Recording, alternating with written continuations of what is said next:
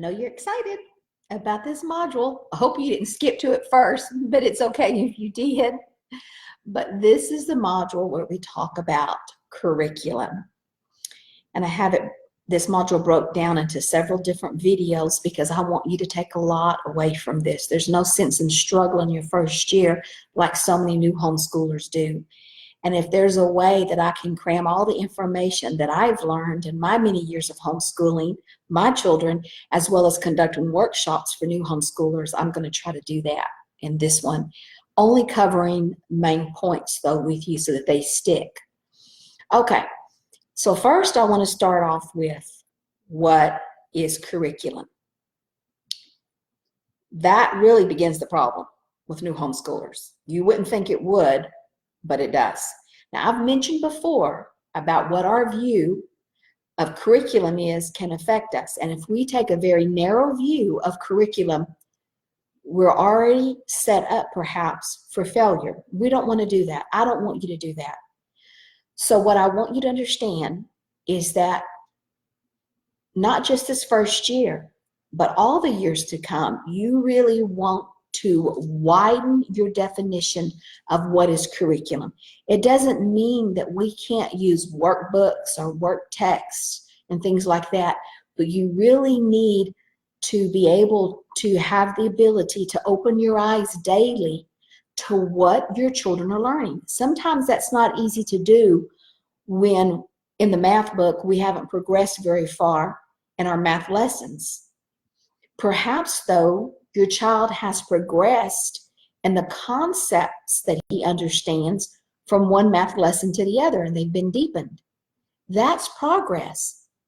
Whereas completing lessons may not necessarily mean mastery or progress.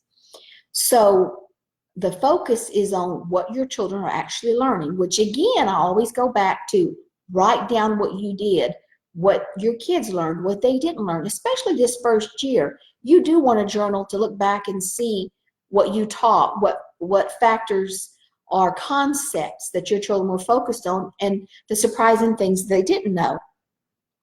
So just as a definition of curriculum, I know I've mentioned it before, but it comes from Latin, and it means to run a course. And if you think about it, when a runner gets ready, he uses everything available to him to run a course, whether it's his diet, whether it's his environment, whether it's immediately what he has in front of him, or whether he purchases something to help make his body capable and ready for a run. Homeschooling is just like that. It's a marathon. It's not a sprint. You'll hear that many times. What does that mean? Well, that means it takes a lot of energy in the beginning to get going. But if you use it all and burn out in the first year, there's hardly any to go the rest of the years. So you want to take the time to understand what is curriculum, to be sure that you have what your family needs, and to be sure you have what you need to make teaching easier, whatever that is available to you. So it could be workbooks. It may not be workbooks. For some homeschoolers, a lot of homeschoolers do not use workbooks. They do not use work text. They do not use textbooks. Textbooks are a product of the public school system. Before that, children had unabridged classics to read. A lot of homeschoolers prefer to use those types of books from times past because the vocabulary is richer, the meaning is more clear, and it really is more of a delight to read about a topic than it is to have a topic that's been mutilated, tweeted, broke down, pure read, chopped into pieces by a curriculum advisor board. So that brings me to a term sometimes that you will hear in homeschooling, and that is a living book. And it was a term that was coined by Charlotte Mason. She was a British educator. And a living book is the very opposite of a dry, boring textbook.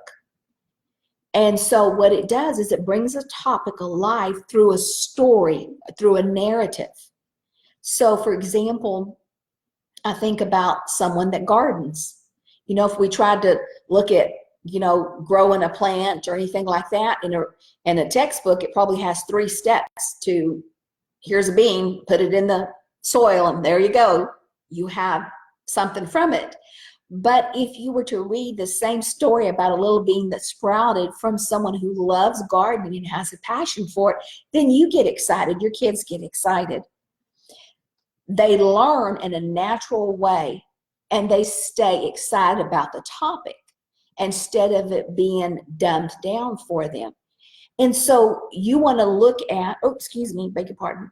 You want to look at the resources that you have available to you and say, okay, is part of some learn about this topic because I have boring books that I'm giving to my children. So you'll learn more about basal readers. We can talk about that, leveled readers versus a living book, what's literature versus reading. All these things matter as to the type of curriculum. I always use this example, and I come back to it. It has to do with health. I compare it to health of our family. The more you cook, the more you know about ingredients, then you can decide on which days you want to serve junk food if you do that. Or some of us just say, there's no way my kids don't eat junk food. We eat organic every day. We have all kinds of moms in the homeschool world. Well, curriculum's the same way. We have some moms that say, hey, I don't care if it's a workbook, it works for us. And some moms say, my kids, refuse to learn through workbooks or boring textbooks. We only use living books.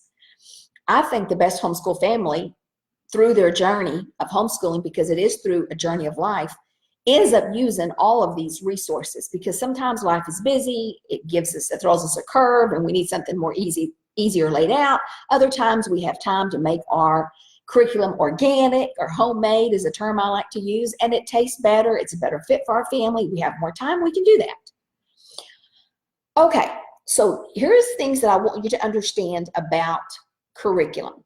Yes, we have to widen what we view as curriculum. It can be anything. It can be a trip. It can be a vacation. Many homeschoolers look for vacation time with their family as an opportunity for kids to learn. For example, we're going to the Grand Canyon.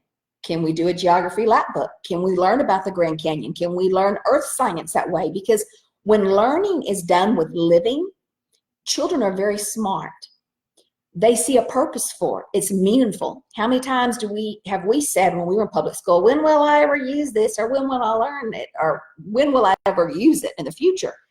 And it's true, some things we may not use, but that's not the purpose of all education or knowledge, because sometimes education teaches us critically how to think to make a decision. And it's just we use this particular body of knowledge to teach a child that.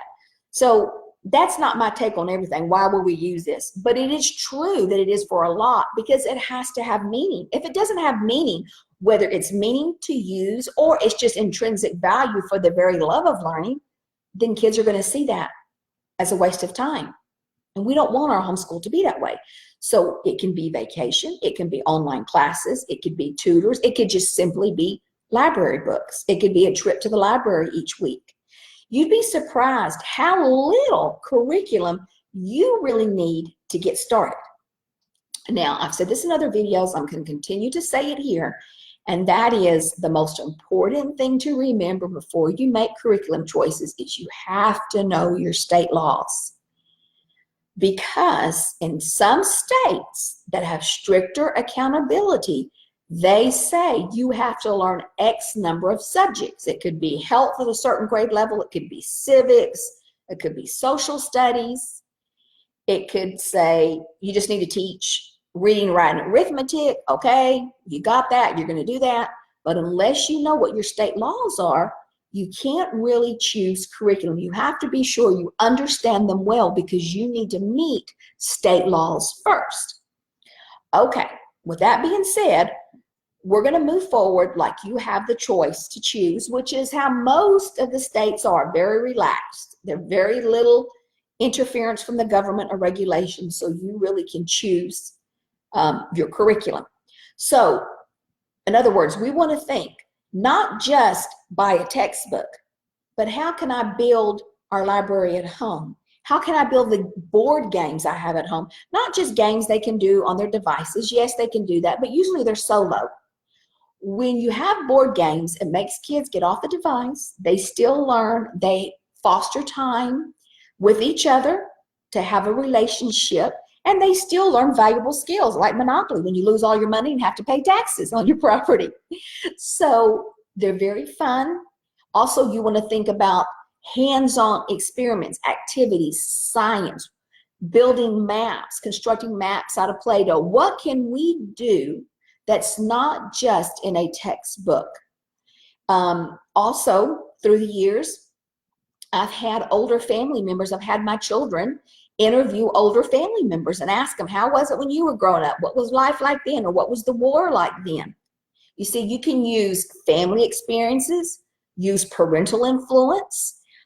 Perhaps, you know, you or your husband have a particular skill you want to pass on to your kids. This is the time to do it.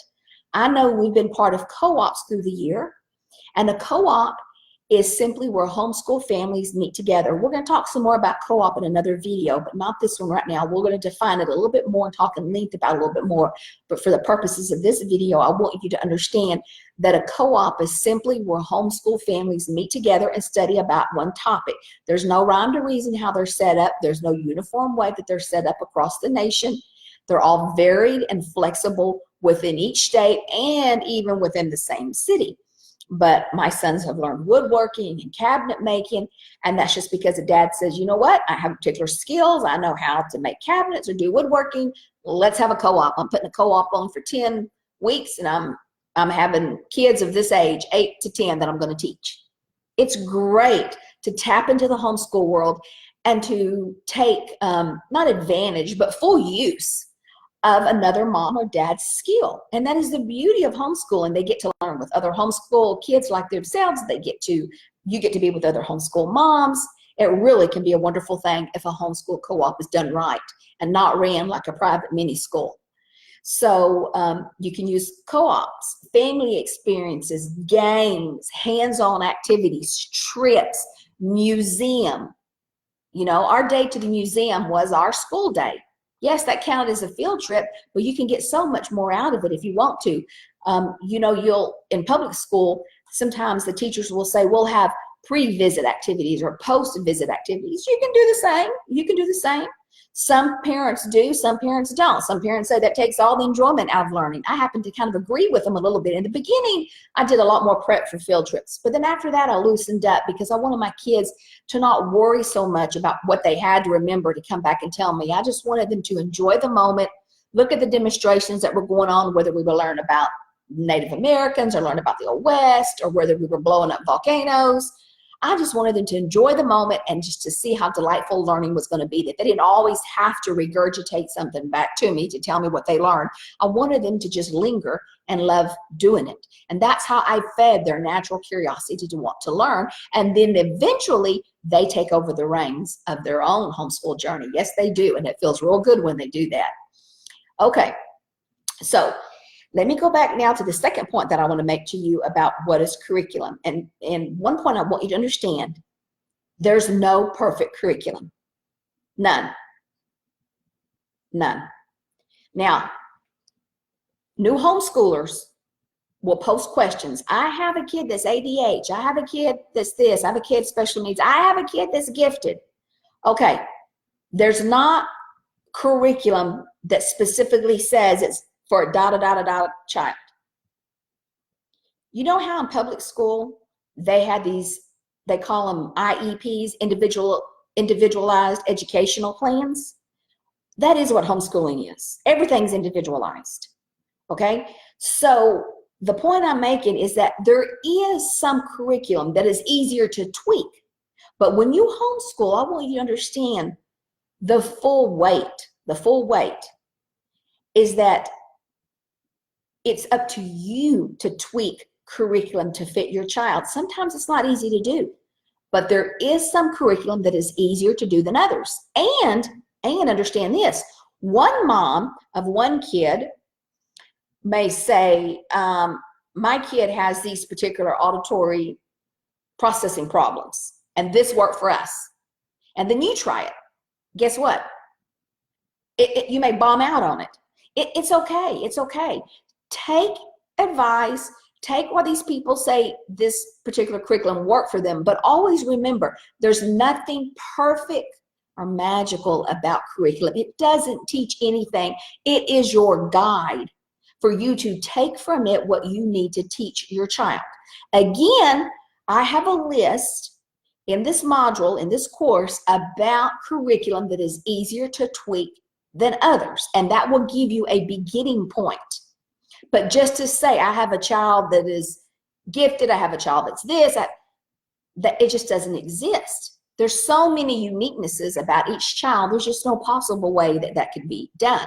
But again, there are some that I feel is easier to tweak than others, and it makes your job a lot easier in the beginning than choosing something, oh, this is the only one I know about, so I'm choosing this one because that's what we use in school. So I want you to understand that. So there's no perfect curriculum, not for any child. There is curriculum that does pretty close to what you want it to do, and that's what you're aiming for. Pretty close fit, but you can still tweak it. Okay, so I want you to understand that. All right. Here's another point I want you to understand about curriculum world and how it's set up. And that is, in the homeschool world, there are two funnels that almost every homeschool curriculum company falls into. Just two. If you can remember that, you really reduce the stress that you'll have.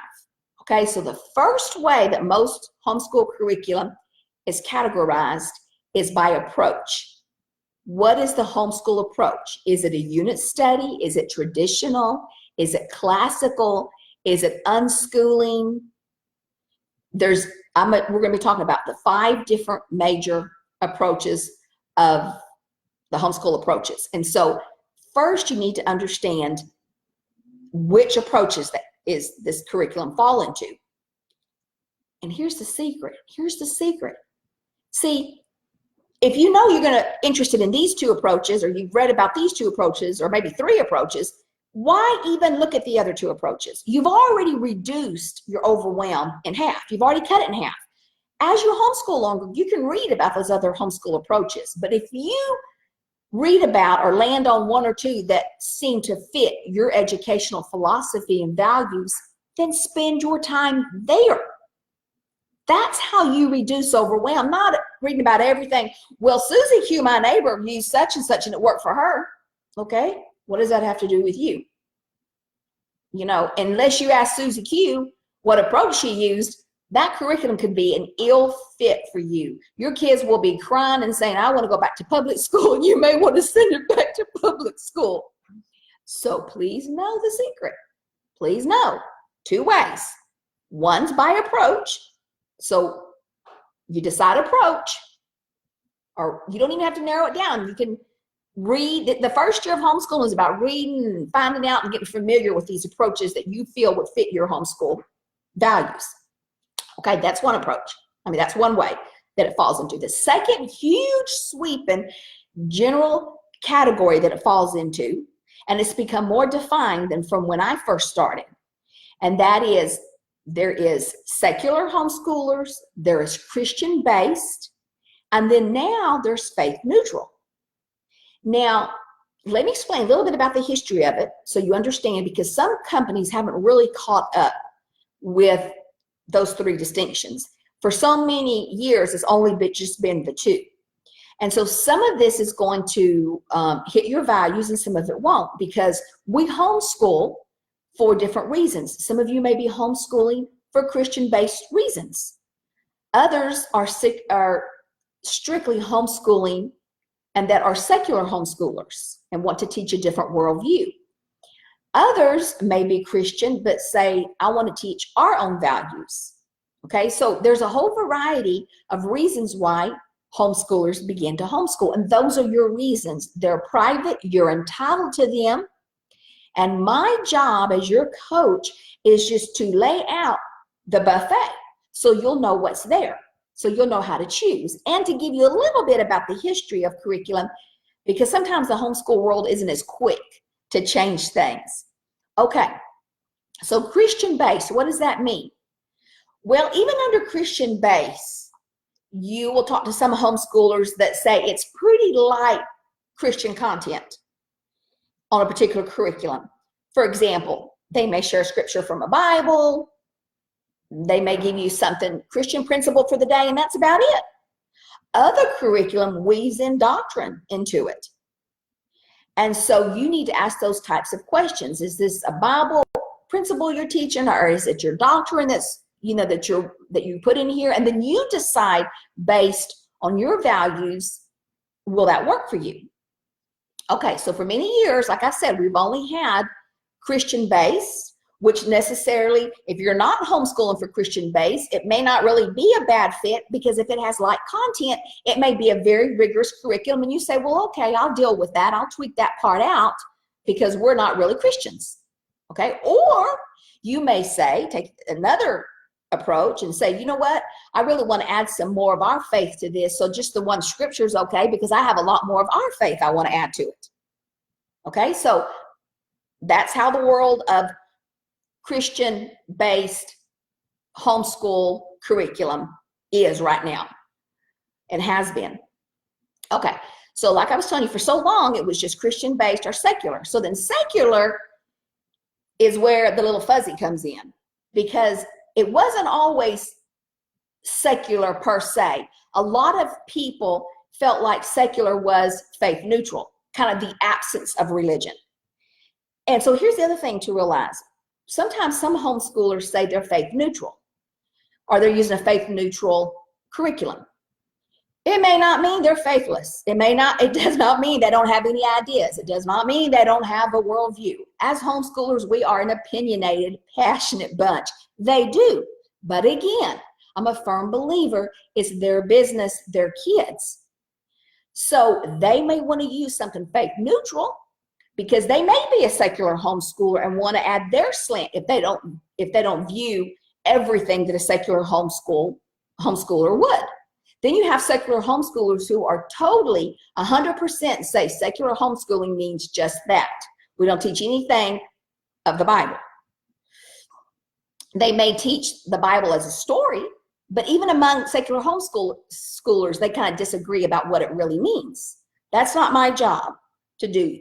I want you to have your opinions. I want you, obviously, to decide where you stand on it, and I want you to value those.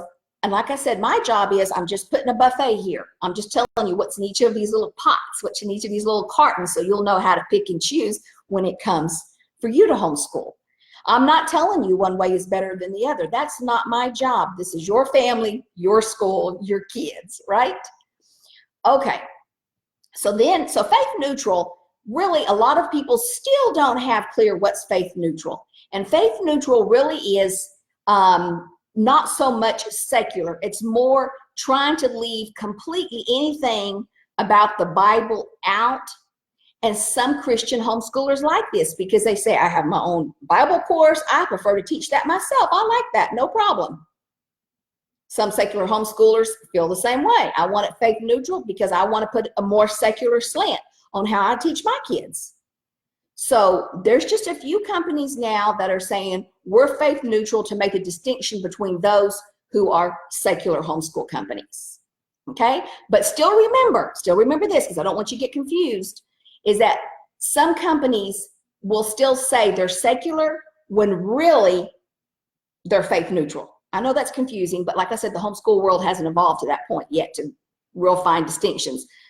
For many years, it's only been Christian-based or secular. And so secular homeschoolers would choose secular, even Christian homeschoolers would choose secular, because they said it's easier to tweak to their view. Got it? Okay. There's just very few faith neutral right now. But I want you to understand that those are the two huge sweeping categories that curriculum falls into: the approach and whether it's Christian-based, secular-based. Now, understand this. The curriculum used by public school obviously has to be secular-based. So it is, unless it's a private school. Okay, private schools are not subject to the same sanctions and credentials that a public school is. Okay, so if it's a private school, they'll be using things like Bob Jones or Rebecca, and that may work for your family, and you may say, you know what, that worked good for them there, we're going to use that at home. Okay, so private schools, private schools are just, let me see, how do I say this? In a lot of ways, private schools can sometimes just be like our homeschool. Their board of directors decides what their kids use. Okay, so they're very individualistic. They're not like public school. Okay, but most Public school uses a traditional boxed approach. It's the approach we know about. It's the approach we think we're supposed to start when we come to our homeschool, which is get a workbook, get a textbook, we're going to do a test, we're going to have a report card, we're going to check off with a red pen, and oh goodness, we've already started off wrong because we don't need to follow that at home. But that's the only approach we know about. It's the only one I knew when I started. I only knew that one approach. It's the same one I started with when I homeschooled. My kids didn't like me, and I didn't like myself when I started. I turned to like this Nazi mama nobody knew. I hardly recognized myself. So don't follow that, okay? And it doesn't mean you don't have to use any part of the work book approach, but we'll talk about that some more too when we talk about approaches, okay, in another video that I have for you. Okay, now, you with me on that? Two sweeping ways, approaches, and whether it's Christian-based, secular, or faith neutral. All right, one more point I need to get in here before we wrap this video up, and that is where to get it. Well, actually, I want to add two more points here. First, I want to talk about where to get it, and that's understanding the homeschool world. What people don't understand when they start to homeschool is that there's just not a homeschool store in the back of your yard or the back in your neighborhood somewhere. They just think, oh, well, I'm going to go down to the homeschool store and pick it up. I did not fully appreciate when I first started homeschooling how nice it was to have a homeschool store in my backyard, so to speak, in my city that I lived in. I really valued that and appreciated that because I could go there, I could put my hands on it, I could look at it, I could flip the table of contents. It was so nice. And I encourage you, if you have a homeschool store close, support it. Sure, you can save a couple of bucks off, get it on Amazon or Amazon Prime, but most of those homeschool companies, most of those homeschool stores are just ran by homeschool families trying to make a living. I support them. I always support small businesses, but the reason why is because it's worth it to me to have so many curriculums at my fingertips to look through and flip through to see what's good for my family. You can't do that online. That is hard to do online. So don't think, oh, I can just go down to the homeschool curriculum store. Not every city has it. And if there's a city and it's only an hour or so away, drive. If they have a drive, it's worth it. Take the day, look at all the curriculum, process it, how it's set up, look at the different vendors. It really is enlightening to start learning like that. So sometimes you get it from there. A lot of times, different support groups in the cities and bigger cities will have a curriculum sale. They'll have used curriculum sale. This is usually in the summer at the end of the school year, and they'll have a used curriculum sale. So look out for those. You want to be part of local homeschool groups. Yes, you can get it at Amazon for sure, half price. But I'm telling you what, you need very little to start off with. And the library card, I never would have believed this in the beginning. That's back to what I was telling you, how judgmental I was, what I thought I knew. And when someone said, all you need is a library card, I thought there's no way, but there is way. It really, when you start, very little that you need or that you want to buy in the beginning. You don't want to blow your budget when you really don't know what you need. Okay, so what do you need? Which subjects are important? That also becomes part of learning how to choose curriculum. Okay, let me make this point. Teaching a child, subjects do not all fall in the same realm of importance when it comes to teaching them in the beginning. Now, as they get older, it's very different, but I'm talking about beginning your homeschool journey. You have heard the term about reading, writing, and arithmetic, reading, writing, and arithmetic. Those are the 3 R's. The 3 R's are foundational for building a well-educated child. They really are, because if a child can't read, he can't soar to other things that he wants to do. And reading can take many forms. Some kids have problems reading. We have audiobooks. We have YouTube. There are ways for a child to empower himself with the knowledge that he needs, but he has to read. He has to take in knowledge. He has to be able to compute the 4 basic math operations before he can head to calculus in high school and even in college. So the 3 R's are important. That's where you want to spend your dollars first. If your child is struggling in math, take time to learn about the different math programs. Take time to understand about your child. Take longer on the core subjects, or what's also called the skill subjects, the 3 R's. Then science, or geography or art or any of these other electives that you want to add. Those can be added later, and you can use a library card to add those subjects in. You borrow a book about a science topic that your kid's interested in. There you go. You've got science. Yes, it's that easy. We'll talk some more about that too in the approaches and when I talk about lesson planning, because I'll get to some real nitty-gritty with you. But it doesn't do good to throw it all to you at one time. Just a little bit layer by layer, we're going to build on your knowledge. Okay, that's how you decide. Content versus skill subjects, core subjects. Focus on meeting the 3 R's first. That's where you want to spend your dollars at, okay? All right, now, I talked about in the deschooling process video that is getting to know your child. So I have a list in this module that is about what I call beginning point curriculum. And I call it beginning point curriculum because part of the deschooling process is understanding your child. And it doesn't take a lot to do it. And I recommend new homeschoolers to go down and get some of those inexpensive workbooks, you know, the ones you can get at Sam's or Costco that are grade level. And you can throw a worksheet or 2 at your kid. You would be surprised what you learn from that feedback, because they'll say, you know what, I never learned this in school, or I didn't know this. Or if you got the grade level you think they're on and they're struggling with all the concepts, that gives you a little red flag. Maybe you need to look down a grade level in that particular subject. You don't spend a lot. You get a lot from it because using a little bit each day, not a lot. You're reading, you're doing activities, you're going to the beach, you're going camping, you're going to caves, and you're throwing a couple of these worksheets in from these inexpensive books like Spectrum or Evan Moore, and you're getting some feedback before you do a big purchase. In addition, there's so many free curriculum online schools, or curriculum online, I should just say, not schools.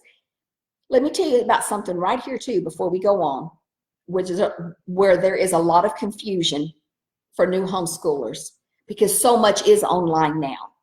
And they get confused between what is an online school and what is online curriculum. For example, Time for Learning is an online curriculum. You're the teacher. Your curriculum's just online. That's the only difference. Instead of being a workbook format in front of you, you're still the teacher. Whereas a school like Penn Foster, Connections Academy, they have teachers. They're online school and online curriculum, but you're not the teacher. You're working with a teacher they have. The all-in-one, easy peasy all-in-one, that's an online curriculum. That's why the first thing they say on their website, we're not a school. We're not going to issue you a report card. We don't test your kid. Okay, so don't get confused. But using those free online curriculum is a great way to start off your school year. It's a gentle way. It's a relaxed way. The curriculum's laid out for you. You can see what your kids like and don't like at any time during the year. You can purchase curriculum or not. You can wait a few months. You have time because you have a lot to learn. So the point I'm saying is I'm giving you something to start with now so you won't be stressing and you can feel like you're starting a homeschool but not paying a lot to do it. Those are tips and tricks and words of wisdom so you don't spend mega butts this year unless you already have. And if you have, it's okay. Use it. Go ahead and use it.